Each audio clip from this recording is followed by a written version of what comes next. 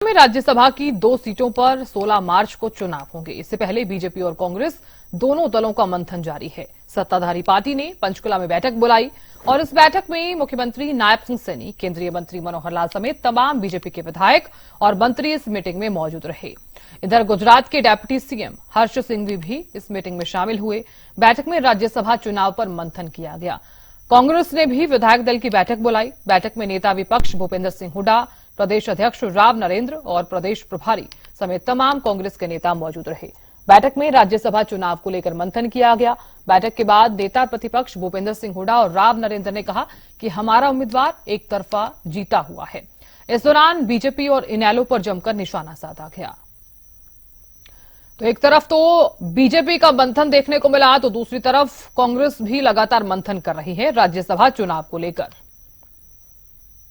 तो राज्यसभा की ये जंग है और इस बीच बीजेपी के प्रत्याशी संजय भाटिया और कांग्रेस के प्रत्याशी करमवीर बोध और निर्दलीय प्रत्याशी के रूप में सतीश नांदल को उतारा गया है।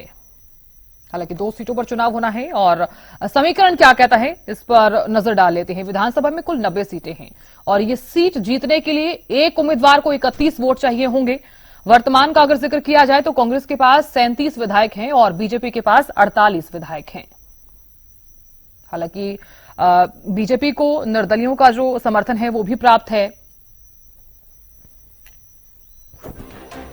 संजय भाटिया को जान लेते हैं। हरियाणा से राज्यसभा उम्मीदवार बीजेपी ने बनाया है।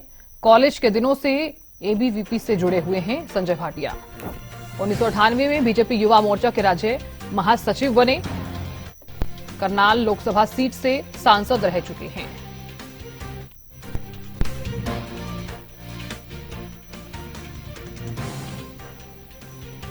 तो जानकारी ले लेते हैं। जानकारी देने के लिए अमित तिवारी जुड़ गए हैं। अमित, देखिए, राज्यसभा की 2 सीटों पर 16 मार्च को चुनाव होना है। बीजेपी लगातार मंथन कर रही है तो कांग्रेस भी लगातार मंथन कर रही है। दोनों ही दल मंथन कर रहे हैं। अमित, देखिए साहब, में सबसे महत्वपूर्ण है कि देश की जो 10 राज्यों की 37 सीटों के लिए जो चुनाव होने जा रहे थे, उनमें से देखिए 26 उम्मीदवारों का, तो 7 राज्यों में 26 उम्मीदवारों का निर्विरोध निर्वाचन हो गया है। लेकिन ऐसी 11 सीटें हैं और उनमें भी हरियाणा की 2 सीटें हैं जिन पर अभी चुनाव करवाया जाना होगा, क्योंकि यहाँ पर 2 सीटों के लिए 3 उम्मीदवार सामने आ गए हैं। एक कांग्रेस के, एक भारतीय जनता पार्टी के और एक निर्दलीय उतर आए हैं।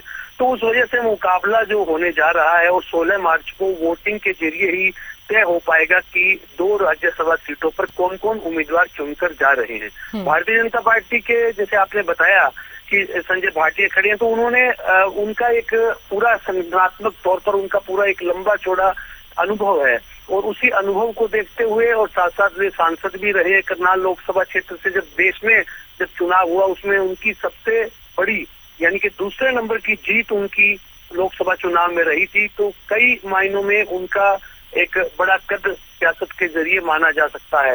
कांग्रेस ने एक नए उम्मीदवार के तौर पर, नए नेता के तौर पर उतारा है चुनाव मैदान में करमवीर बोध को। तीसरे उम्मीदवार जो निर्दलीय हैं सतीश नांदल, वे उतर चुके हैं। हालांकि कल आखिरी दिन था नाम वापसी लेने का, उस समय नाम वापसी नहीं हुई। तो ऐसे में चुनाव के जरिए ही दोनों सीटों का जो भविष्य तय हो पाएगा। और देख ले, सबसे बड़ी बात यह है कि भारतीय जनता पार्टी हर चुनाव को बिल्कुल बारीकी से और बड़े महत्व के साथ लड़ती है और यही वजह है कि उन्होंने ऑब्जर्वर भी नियुक्त किए और जो गुजरात के डिप्टी सीएम है हर्ष सांघवी, उनको जो है वो ऑब्जर्वर लगाया है और उनकी अध्यक्षता में एक बैठक भी भारतीय जनता पार्टी की हो चुकी है और इसी तरह से कांग्रेस की बैठक हो चुकी है। कांग्रेस के लिए चुनौती इसलिए बड़ी है क्योंकि उन्हें अपने विधायकों को बांधे रखना होगा। जिस प्रकार की गतिविधियां चल रही है और चर्चाएं चल रही है, उससे लगता है कि कांग्रेस कहीं अपने विधायकों को ही न खो दे इस चुनाव में, क्योंकि अगर पार्टी में क्रॉस वोटिंग होती है इस चुनाव में तो उनके उम्मीदवार के लिए यानी करमवीर बोध की राहें जो है वो मुश्किल भरी होंगी। अब देखने वाली बात है कि सतीश नांदल किस प्रकार से बैठते हैं और सबसे एक बात ये भी महत्वपूर्ण है कि इनेलो की ओर से क्या रुख अपनाया जाता है, क्योंकि भूपेंद्र सिंह हुड्डा जिस प्रकार से उन पर निशाना साध रहे हैं कि इनेलो लगातार विरोध करती है हर मुद्दे पर, लेकिन वो भारतीय जनता पार्टी की बी टीम है। अगर वो इस चुनाव में अगर अपनी भूमिका तटस्थ रखती है, यानी कि वो इस चुनाव में शामिल नहीं होती, तो ऐसे में उनके बारे में फिर तय हो पाएगा कि वो आखिरकार चाहते क्या है इनेलो वाले। ये बातें भूपेंद्र सिंह हुड्डा ने भी कही है। अब देखने वाली बात है कि इनेलो की इस चुनाव में क्या भूमिका रहती है, क्योंकि अगर इनेलो का साथ नहीं मिलता तो सतीश नांदल की मुश्किलें बढ़ जाएंगी और वे कितना जो है वो घुसपैठ कर पाएंगे और कितने वोट ले पाएंगे, यह एक देखने वाली बात होगी। हालांकि बीजेपी जो दूसरी सीट है, यानी कि अपने निर्दलीय उम्मीदवार जो उन्होंने अपने समर्थन से उतारा है, उसको लेकर भी आश्वस्त नजर आते हैं। भूपेंद्र सिंह हुड्डा अपने उम्मीदवार को लेकर आश्वस्त, अपने विधायकों को बांधे रखने में को लेकर भी आश्वस्त है। लेकिन अभी तमाम बातें चल रही हैं, देखने वाली बात है। इसी बीच चर्चा है कि उन्हें जो कांग्रेस अपने विधायकों को हिमाचल या कर्नाटक कहीं भी शिफ्ट कर सकती है। ज्यादा जो चांसेस है वो हिमाचल के हैं, क्योंकि हिमाचल पड़ोसी राज्य है। अब देखने वाली बात है कि क्या कदम जो है कांग्रेस हाईकमान उठाता है इस चुनाव को लेकर, और क्या वो जो अपने विधायकों को बांधे रख पाते हैं, और बीजेपी की क्या रणनीति रहती है, और सतीश नांदल जो तीसरे उम्मीदवार के रूप में, निर्दलीय उम्मीदवार के रूप में ताल ठोक रहे हैं, उनको कितनी बड़ी कामयाबी जो है वो यहाँ मिल पाती है। बिल्कुल अमित, देखने वाली बात होगी, क्योंकि 2 सीटों पर चुनाव होना है और निर्दलीय की इस तरह से एंट्री होना दोनों ही पार्टियों पर, क्योंकि एक बड़ा मुकाबला भी हम इसे कह सकते हैं। लेकिन आप भी जानते हैं कांग्रेस लगातार मंथन कर रही है। खुद भूपेंद्र सिंह हुड्डा और राव नरेंद्र ये कहते हुए नजर आए हैं कि हमारा जो उम्मीदवार है वो एक तरफा जीता हुआ है। देखिए साधना, पिछले चुनाव जो है वो हमेशा अनुभव देते हैं, पिछले चुनाव सबक देते हैं। राज्यसभा में जब भी चुनाव हुआ है राज्यसभा की सीटों के लिए, उस समय खेला हुआ है और उसमें कांग्रेस को नुकसान उठाना पड़ा, कांग्रेस की फजीयत हुई। हालांकि दावे उस समय भी किए जाते रहे नेताओं की ओर से कि वे अपने उम्मीदवार को जिताकर भेजेंगे, लेकिन जीती हुई सीटें भी उन्हें हारनी पड़ी थी, ऐसी स्थितियां बनी है।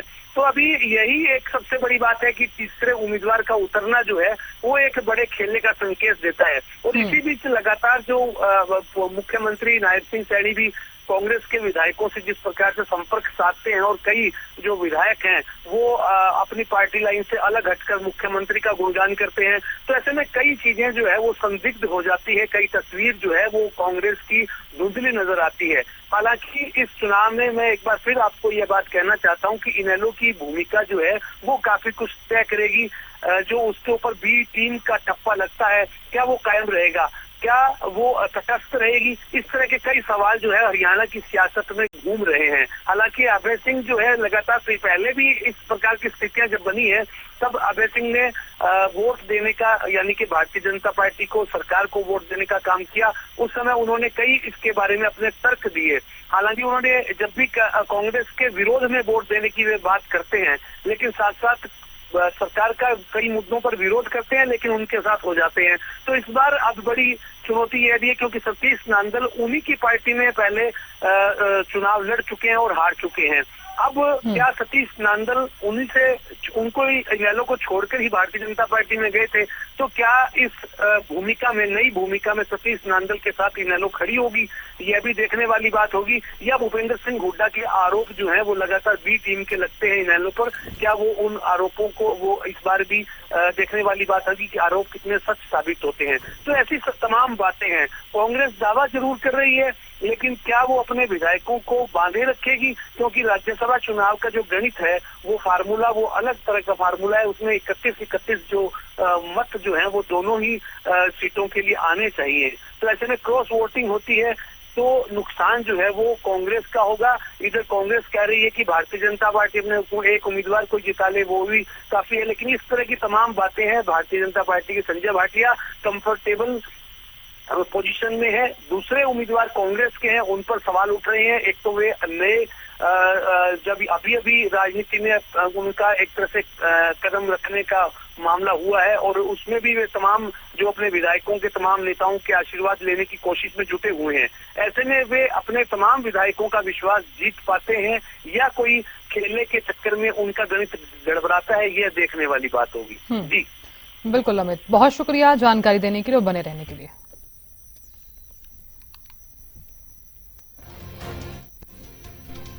तो देखिए, हरियाणा में राज्यसभा चुनावों का अगर जिक्र किया जाए तो 2 सीटों पर 16 मार्च को चुनाव होने हैं। हालांकि दोनों ही दल लगातार मंथन कर रहे हैं। इधर बीजेपी लगातार मंथन कर रही है, एक बैठक बुलाई गई, और कांग्रेस भी लगातार मंथन कर रही है। और भारतीय जनता पार्टी ने जिस तरह से पंचकुला में बैठक बुलाई, जिसमें तमाम जो बीजेपी के विधायक हैं और मंत्री इस मीटिंग में मौजूद रहे, और कांग्रेस भी राज्यसभा चुनाव को लेकर लगातार एक्टिव नजर आ रही है, क्योंकि कांग्रेस ने विधायक दल की बैठक बुलाई और इस बीच भूपेंद्र सिंह हुड्डा समेत राव नरेंद्र और तमाम जो कांग्रेस के नेता हैं वो इस मीटिंग में मौजूद रहे।